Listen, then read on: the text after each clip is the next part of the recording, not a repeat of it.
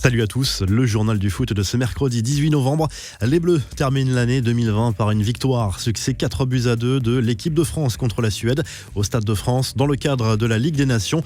Douché d'entrée par l'ouverture du score des Suédois, les joueurs de Didier Deschamps ont ensuite bien réagi.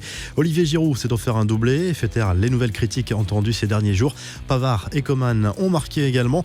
La France termine cette phase de poule de la Ligue des Nations en tête avec 5 victoires et un nul devant le Portugal. Vainqueur en Croatie 3-2. La Suède est reléguée en Ligue B. Réveil très compliqué pour tous les fans de la Mannschaft. Les supporters allemands ont vécu un véritable cauchemar mardi soir. L'Allemagne, plutôt habituée à infliger de grosses corrections, a cette fois été humiliée en Espagne sur le score hallucinant de 6-0 alors que le match était décisif pour accéder au Final Four de la Ligue des Nations. Il s'agit de la plus lourde défaite de l'équipe d'Allemagne depuis 1931.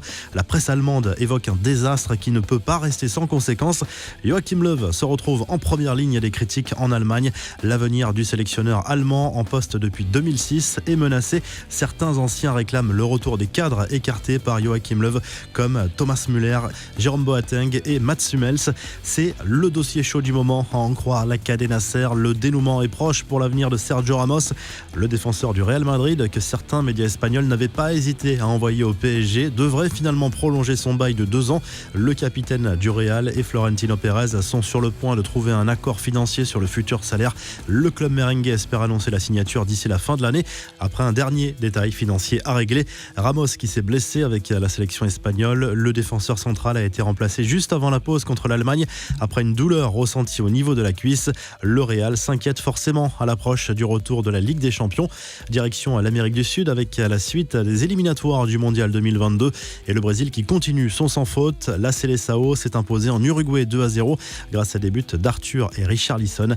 Edinson Cavani a été expulsé en seconde période. Soirée à oublier pour la Céleste. De son côté, l'Argentine de Léo Messi s'est imposée au Pérou 2-0. Quelques jours après le match nul frustrant concédé face au Paraguay, Nicolas Gonzalez et Lautaro Martinez ont marqué pour la Libye Céleste. Au classement de cette zone âme sud, le Brésil est en tête avec 4 victoires en 4 matchs. L'Argentine est juste derrière. L'Équateur qui a humilié la Colombie 6-1 est 3e. Les infos en bref, une petite info mercato selon The Athletic. Olivier Giroud réfléchit bien à quitter Chelsea au mois de janvier. Barré par Timo Werner, l'attaquant tricolore doit se contenter d'un temps de jeu très limité avec les Blues. À l'approche de l'Euro, Giroud va peut-être devoir prendre une décision importante cet hiver. Des nouvelles de Neymar, l'attaquant du PSG est quasiment remis de sa blessure aux adducteurs contractés fin octobre à Istanbul.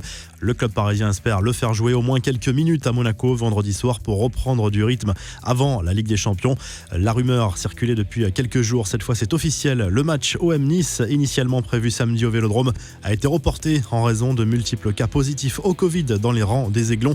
Enfin, bonne nouvelle, toujours concernant la Ligue 1, le public pourra revenir dans les stades début 2021.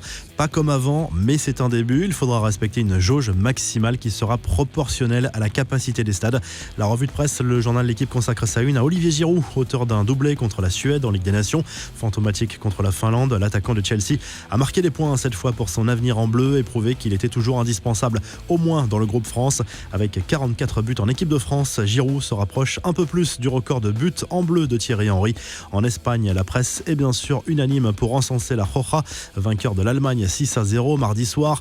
Marca salue cette victoire historique en Ligue des Nations pour les Espagnols qualifiés avec brio pour le Final Four de la compétition.